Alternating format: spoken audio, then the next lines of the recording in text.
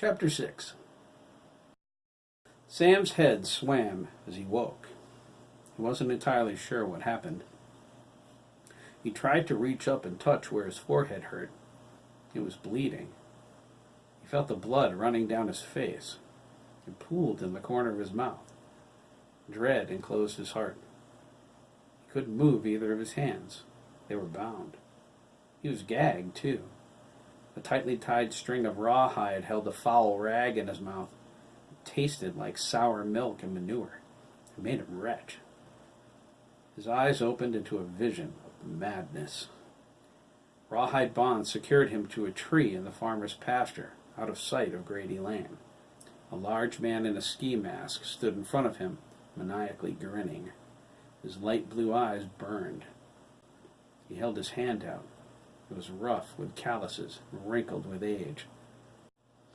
He gripped Sam's throat. Sam tried to pull away, twisting his hips against the rough tree bark. Holy Jesus, Sam thought. He was terrified. Please help me. The man's eyes were cold as he held up the largest hunting knife Sam had ever seen. The edge was keen like a razor. It glinted in the risen sunlight. He waved the knife in Sam's face, turning it from side to side. Sam's heart sank, and he began to cry. The man growled, drew his hand up, and slapped Sam across the face with the flat of the blade. The tip caught the skin under his left eye, tearing the flesh like tissue paper. Sam screamed into the gag as more blood ran down his face. The man leaned into him, took him by the hair, and jerked his head back. Sam's heart raced. He'd never been so frightened in his entire life.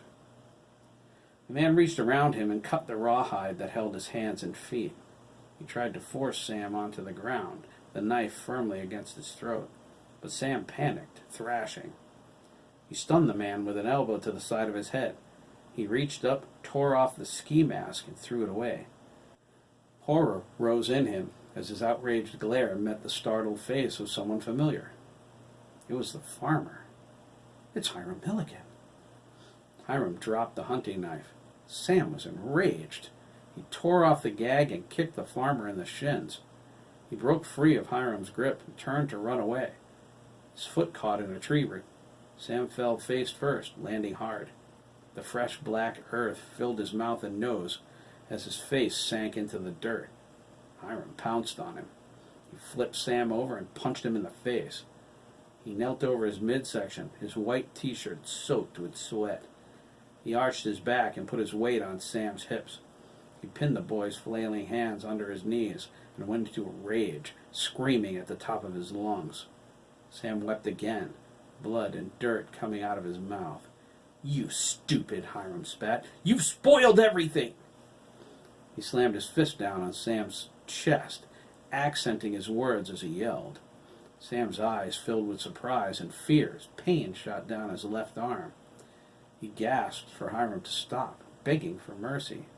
Sam never wanted to live so desperately as the moment he realized he was going to die. A sharp pain stabbed into his left breast, heralding the end of his life. He felt the cool, damp pasture beneath him. A wave of sadness and despair washed over him as his heart stopped beating. Shock invaded his face. He convulsed, his chest heaved, and his legs shook. Hiram cried, Hey, cut that out! Please, God, Sam thought, fading away. I don't want to die like this. His eyes rolled back into his head. He shuddered, they closed, and he was gone. Hiram held Sam's limp body by the shoulders, glaring at him. His head lolled back and forth. Not yet, Hiram growled. You won't cheat me, you hear? Hiram grabbed the knife and raised it high into the air. He stabbed Sam's corpse repeatedly until his rage was spent and his clothes were covered in blood. It took a moment to regain his composure. He felt like he was coming down from a high. It was always that way when he killed. He stroked Sam's cheek in awe of his peaceful expression. He picked up the body and carried it to a spot a few feet away. Perfect. So worthy of the gift. Hiram tossed Sam's corpse into a hole he dug with his backhoe. The carefully cut grave lay neatly alongside the final resting places of the other boys buried in his pasture. Hiram saved them from the trials of growing up, the ravages of age and adulthood. He gave them the gift of being young forever. Now they were his. Pain was a rite of passage, although Sam went a little too easily into the abyss. Hiram frowned. Someone else has to die today, he thought. Someone I can vindicate properly, like the others. His victims dotted the pasture, hidden beneath the thick black earth and fresh green grass.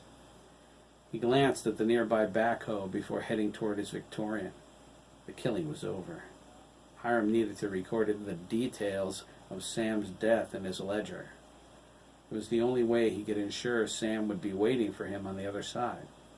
The ledger was Hiram's book of life. When he died and went to paradise, the boys he recorded within would be waiting for him, forever his. Hiram felt an eerie sensation. Someone was watching him. She's here, he thought, and ran toward the barnyard.